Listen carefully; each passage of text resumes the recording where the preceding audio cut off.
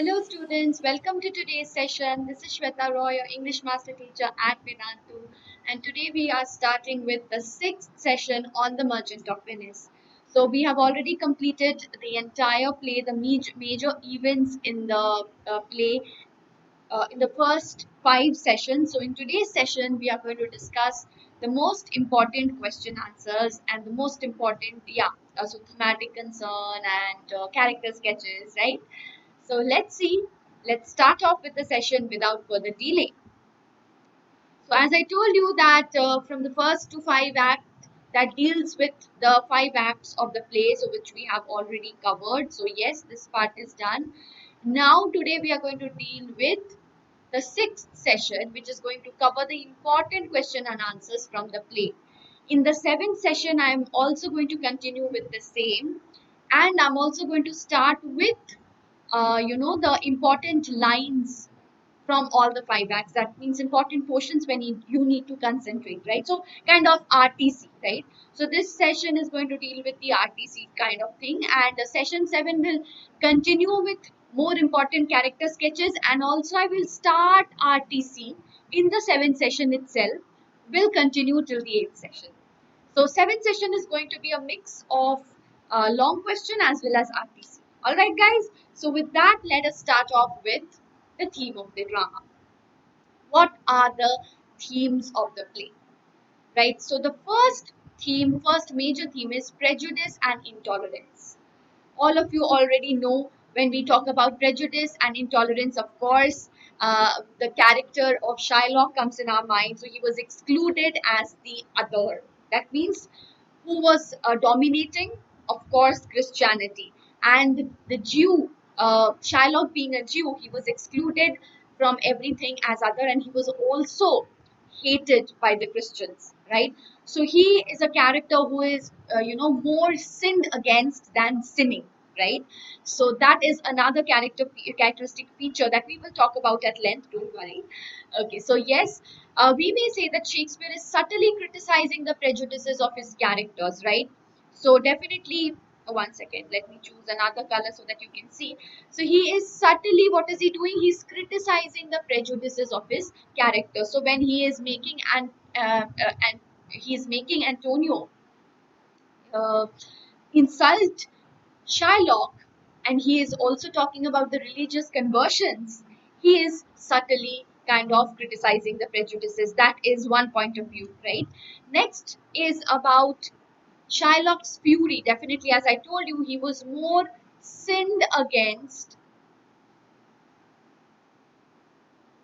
Shylock was more sinned against than sinning, right? So it's his fury, his rage, his revenge, his desire to avenge on Antonio comes from years of abuse and not from such some malicious Jewishness. It's not just because he is a Jew, so he is malicious and he is a villain, right? But it is because of the persecution that he had faced. So yes, as a result of years of abuse, that is something which we need to keep in mind. It is and while on the other hand we can understand that yes, Shakespeare is trying to subtly talk about the prejudices, but there is also no denying of the fact that Shakespeare himself it might be possible, another point of view I'm talking about, sharing his character's certainty that Jews are naturally malicious and inferior to Christians. So maybe he is having that point, right, that thing in mind, because of Shylock's ultimate refusal to show any mercy at all. So he ultimately refuses to show any mercy at all, and as a result what happens is his pitiful end, right? Though Shylock is criticized by Antonio, so as I told you that there are two point of view. At one point of view, we can say that Shakespeare might be sharing the same hatred of the Jews as his characters, but on the other hand, we can also see maybe he is talking subtly about all those, right? So when he's showing Shylock being criticized by Antonio for practicing usury, that is charging interest on borrowed money, Jews were actually barred from most of the other professions. Yes, so that is the main reason, because Jews were actually they were not allowed to take part in any other profession. So having no other option left in front of him, what he was doing is, yes, he was charging money. He had to carry on with his living. He had to have his living as well, right? Earn his living as well. So definitely this was the profession that he had taken. So the Christians basically forced Shylock to work in a profession that they condemned as immoral. So charging money, charging interest, right, which was considered as immoral by the Christians. And that was however, that was the only profession that Shylock was forced into taking somehow, because the Jews were not allowed to take any other profession. They were excluded as the others. Right, so this is what Shakespeare is very subtly trying to portray. On one hand, we can say that, or the other opinion can also be that he also shares some of that prejudice himself. Right. So Shylock insists that he learned his hatred from the Christian, and it is Shylock alone who argues that all of the characters are the same in terms of biology and under law. So yes, his famous speech, "Had not I, Jews have I," etc., etc. So that famous speech, he is showing that everyone is a human being, and even if he is Jews, he's a Jew, but he still shares all those characteristic features similar to a Christian. Right, so in terms of biology, so his biological features are same as Christian. He has the same eyes, uh, and etc., etc., right? So yes, next is human and animal. So what is all about this point? So, in insulting and abusing Shylock, the Venetians frequently denigrate him as an animal or a devil. So, constant abuse of Shylock, right, by Antonio as well. We have seen that in the play, right? Shylock, in turn, seeks to reduce his debtor Antonio to the status of an animal whose body can be bought or sold. So, the moment he signs the bond, he is actually reduced to the status of an animal, and at the end, when he is actually ready to take a pound of flesh, so definitely, his body, he is reduced to the status of an animal whose body can be bought or sold, right? So both Antonio as well as Shylock, and here we can also talk about the similarity of characteristic features between Antonio and Shylock, because both are somewhere or the other reduced to the state of animal by one another. Next comes the court room scene where he justifies his purchasing of a pound of Antonio's flesh. So whose flesh is bought and sold? Not a human being's, right, but an animal's. So that is exactly what is shown over here. Then the play's Christian characters clearly believe that being a Christian is a primary requirement for being a human. Again, some kind of prejudice, some kind of exaltation of Christianity and demeaning of the other religion called Jew, right? So both the insults aimed at Shylock and the Prince of Monaco suggest that.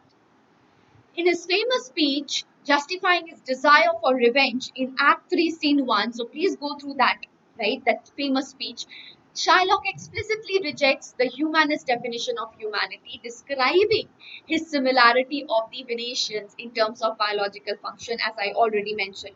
So please go through Act 3, Scene 1 very nicely, okay, very carefully. And then constant reference to flesh and blood, that also highlights the biological animal origin. Next we come to law, mercy and revenge, which is very very very important when it comes to the thematic concern. So yes, we all know that this play from the very beginning deals with law, mercy, revenge. Law, about Venetian law, how it is strict and how it cannot be molded. Mercy, when we talk about the Christian mercy, and which Shylock refuses to give. But the Duke, being a Christian, yes, he gives mercy. And revenge, all about Shylock's revenge on Antonio, right?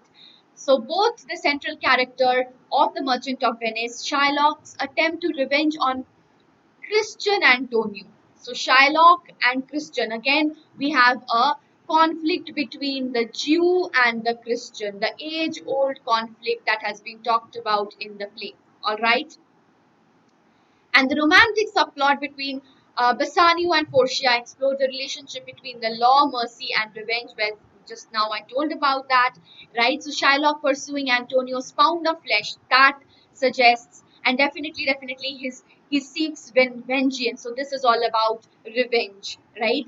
In the courtroom scene of Act 4, Scene 1. So this is the courtroom scene, guys, and you need to study this scene. Very, very, very important scene. The courtroom scene I have already discussed in my previous video, right? So both present mercy as better alternative. So yes, this is the Christian value, Christian. So here the Christian value of mercy has been highlighted. So that is very important over here. Shylock explicitly refuses to show mercy. So as I told you that we can take it as a point that maybe Shakespeare was having this kind of prejudice, sharing a little bit of prejudice when he doesn't allow Shylock to have mercy, right? But on the other hand, we can also see the long years of torture that Shylock had faced, right? So somehow we can justify if we try and empathize with Shylock as well.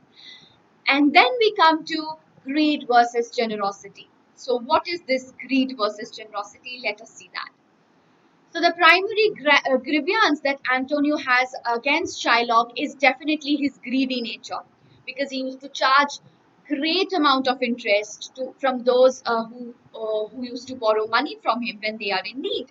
The Venetian implicitly in contrast the Venetians implicitly contrast Shylock's greed with generosity. So, who is showing greed? Greed is shown by Shylock. And who is showing generosity? The Christians. So, again, the age old conflict between Christian and Jews. For instance, Antonio is willing to place his whole purse and person as best Bassanio, at Bassanio's disposal. So, when Bassanio is asking, uh, from Antonio, he's asking some money, he's asking help. So he is ready, even though he is not having, he's not having ready cash at hand. Still, he is ready to, he's ready to give everything that he has, and he regularly saves other Christians also from the interest, from having to pay their interest. That is very, very important. Then we come to love and friendship.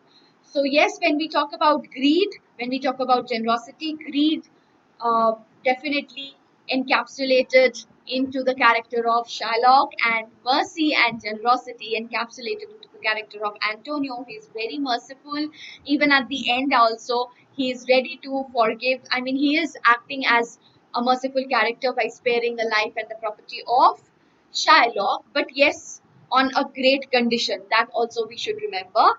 So again, there is a question mark on his generosity. But because generosity, when we talk about generosity, there cannot be any condition, but there was a condition, right? So, anyways, moving ahead with love and friendship. The central romantic relationship, definitely, when we talk about love, how can we forget about Bassanio and Portia, right? And then their marriage is paralleled by several others. So, as this is a romantic comedy, so as comedies, as expected, they end in multiple marriages. If we talk about Midsummer Night's Dream as well, so you can also cross refer over here to Midsummer Night's Dream, right, which also ended in multiple marriages. So here also the play ends uh, in multiple marriages, and definitely all's well that ends well kind of a thing, and a fairy tale kind of a thing is also there at the end, right? So Shylock's daughter Jessica with Christian Lorenzo, and the marriage of Portia's servant Nerissa to Bassanio's companion Gratiano. So these are the couples, right?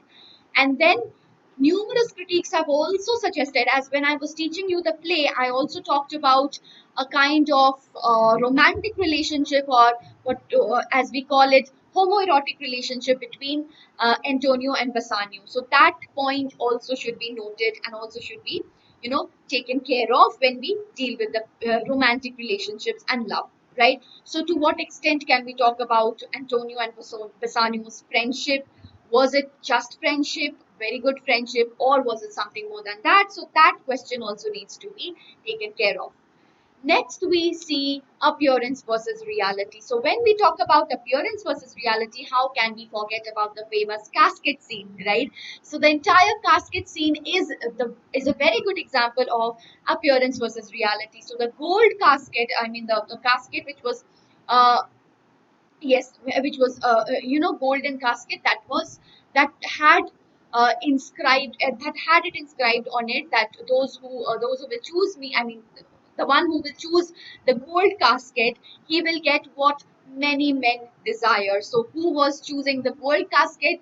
That is the man who is greedy, right? So that is the symbol of, a symbol of greed and materialistic. And definitely the people who are shallow, they are going to choose value surface over substance. Definitely silver, while it was not as precious as gold, but still, it was not as luxurious as gold. But those people who are actually falling short of gold, they can choose, they can go for silver as well, right?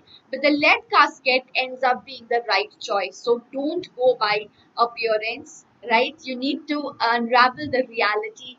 So all that glitters is not gold. So that is what happens when, Prince of Morocco, Prince of Aragon, who chooses, these princes who choose the gold and the silver casket, they are, they are not selecting the right casket, because they get something else. They do not get Portia's hand, right? So when they open the casket, they have, an idiot and etc., right? So you know that already. So this is what you need to talk about when you talk about appearance versus reality. And finally, it was Bassanio who selects the correct casket. Who chooses me must give an hazard all he hath. That was the scroll that read, that the lead casket read. That means this is the concept of marriage, right? So it represents Portia. So it is plain inside, but it holds an inner treasure. What is that? It is Portia, who is beautiful and valuable. And the inscription says, "Who chooses me must give an hazard all he had." Right? So, which is the same in marriage. Next, we also can talk about Bassanio's appearance. So this play emphasizes appearances, right? Because Bassanio used his appearance also to not only for the people of Venice, but also to be Portia, to Portia of Belmont, right? Then we can also talk about Shylock being appearing to be a kind and generous man, but of course we know what he had been thinking so long, right? And then finally, Portia, her her appearance also, her disguise also needs to be talked about. And the way she talks to her suitors, that also reveals her, deception. Although she does not want uh, them to select the correct casket, but definitely she doesn't actually, she shows her well manners and she talks very politely to her suitors, although she absolutely doesn't like them. So yes, and at the end also, when she definitely at the end of the play, when she comes to the courtroom, right, dressed as a young man, that also needs to be talked about. So she has to make a disguise of a man, because otherwise, again, nobody is going to take her seriously. So this is another point that we need to cater to, because women at that time were not taken care of, were not taken definitely seriously. Next, after we complete with the theme, we start with the character analysis. And in this session, we are going to talk about Portia, Bassanio, and we are going to see a contrast between Antonio and Shylock, right? And the rest of the characters we are going to take in the next session. So, guys, let's start with the very first character of Portia. So Portia is our romantic heroine of the play. All of you know that. She is the heroine. She's beautiful and she's also very witty.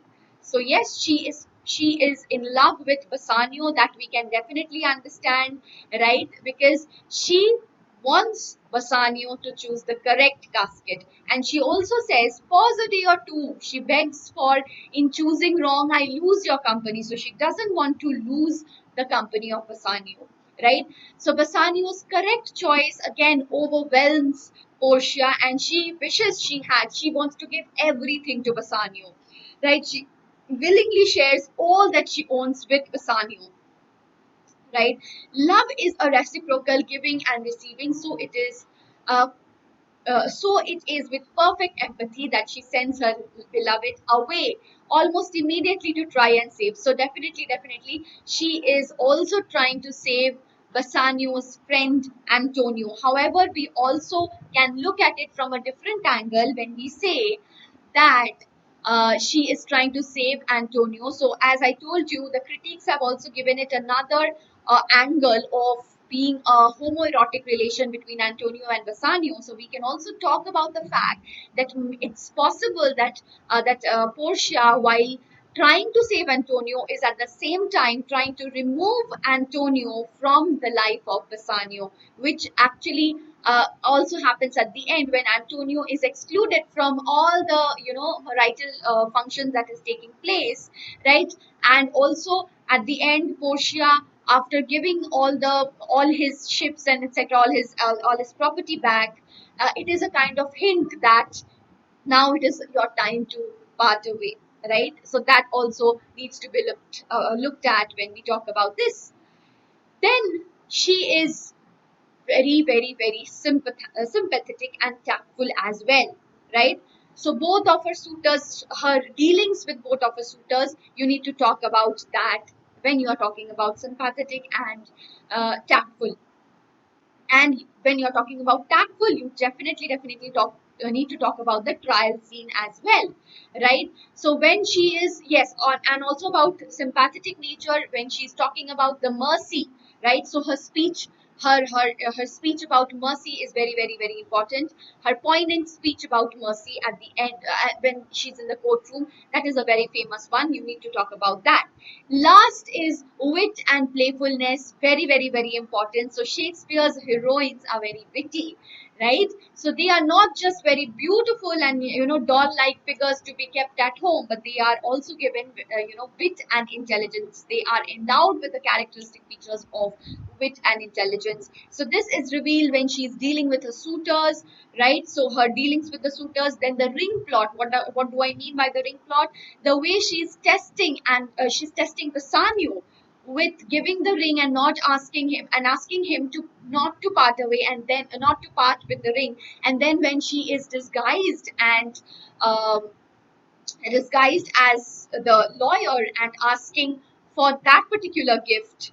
So that is something that talks about her wit, right?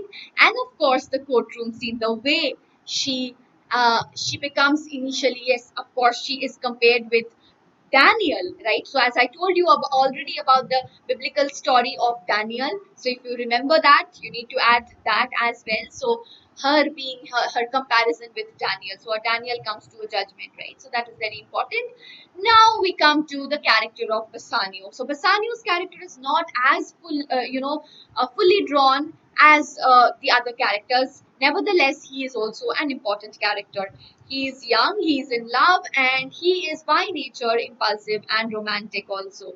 So here, Bassanio, we can actually talk about two important features of Bassanio. One, when we need to talk about his friendship with Antonio. Second, his romantic relationship with Portia, and somehow more than friendship with Antonio as well. Right. So Bassanio is concerned over the fate of Antonio. Again, he's a very good friend of Antonio. Initially, he asks money from Antonio. That part also you need to say. And definitely, he is very anxious about the fate of Antonio and what is going to happen to his friend. So yes, and then when finally Bassanio and Portia are united, of course, then you need to talk about Bassanio and Portia as well, right? How he wins the correct casket, and how he chooses the correct casket and wins the hand of Portia. And then finally, when they are reunited, he also is very truthful to her. So the entire ring plot is also going to come here. So how he reveals the truth, and then he admits as well that he was wrong to part with the ring. So the ring was basically, as I also explained in the previous session, it was basically, it was a test of fidelity, right? So that is to be kept in mind. Okay, so before moving ahead with the next character, that is going to be the character contrast between Antonio and Shylock. That is the most important part, as already we have talked about in the previous scene as well. So before moving ahead with that, let me talk about something very, very, very important, since all of your exams are also coming very near to you. So most of you are facing so many doubts, right? So many problems you have. All are being piled up. So guys, do you also face the same problem? Because we have conducted a survey and we have found out that these are the problems usually faced by the students. First, so many doubts. Notes, you do not have proper notes with you. Tests and assignments, even if you have, you are not being able to solve the assignments, and in tests you are getting less marks. Why? Because your doubts are not getting clear, your concepts are not becoming clear. Competitive exams, again, you want to crack, but you do not have the proper guidance. Choice of schedule, choice of language being the other major issues.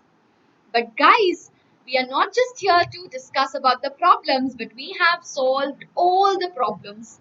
So doubts taken care by our class teachers and master teachers, right? So the entire team of class teacher is actually there for you to clear your doubts. So you can understand that no more is your doubt remaining with you, because they are absolutely going to be clarified by our qualified master teachers as well as the entire team of class teachers, which we only have for your doubt clearing. Right, guys? Notes after each session, assignment after each session, test we do have, and we also give you the performance report of the test. And let's say you see that you need another revision of a particular topic or a particular chapter, which let's say you have already with this subscription you are going to be enrolled in the long term batch, right? So long term batch, what you are doing is you are your curriculum is in sync with the school curriculum, so absolutely in a structured format it is going on. But let's say you feel that, oh my god, after seeing the performance report, I feel that I need another round of revision, live revision. That would be better. So that is also possible, guys. So we have that gap filling as well in terms of our micro course, which is going to take care of your chapter wise revision, guys. Chapter wise revision, right? And crash course, definitely your entire revision is going to be completed. And personalized attention, yes, yes, yes. It is not possible in YouTube. That is possible in our platform, guys.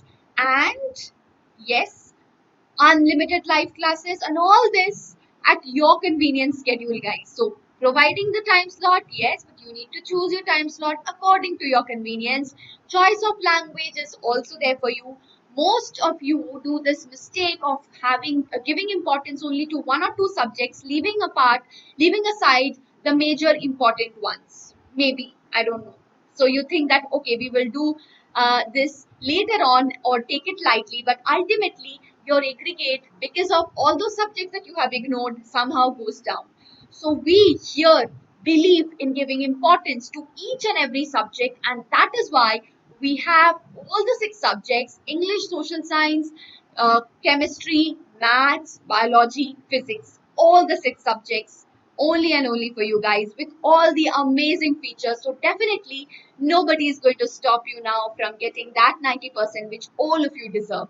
So what you need to do is just visit vdnt.in/ytpro, and these are the options that you're going to get. Choose your grade, choose your board, check out the details. So whatever details I have talked about, tally with this and then click on get subscription. And what are you going to get?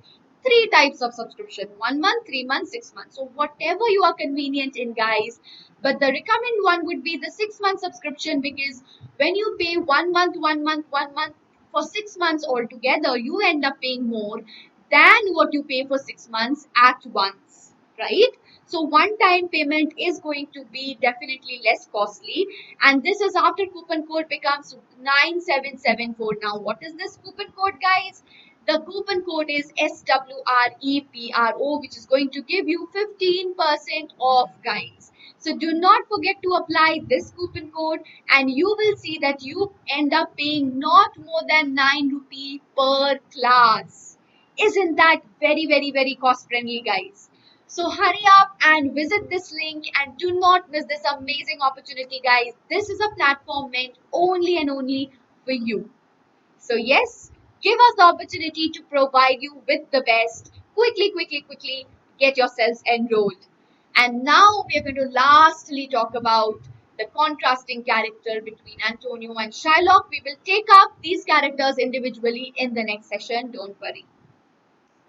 So both of them have some similarities, but of course they are also different from each other in some ways, right?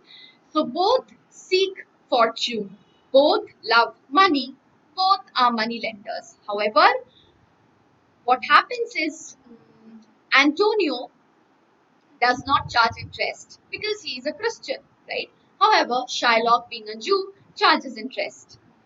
So, Antonio, in contrast, Shylock seems to love his money more than Antonio does. More than Antonio does. Okay, so that is also very, very important. And when Jessica runs away, she stole some of her father's jewels. Shylock was very upset, definitely. For at the same time, she was also upset about his jewels. So he was, very, very, very possessive about both his daughter as well as his jewels.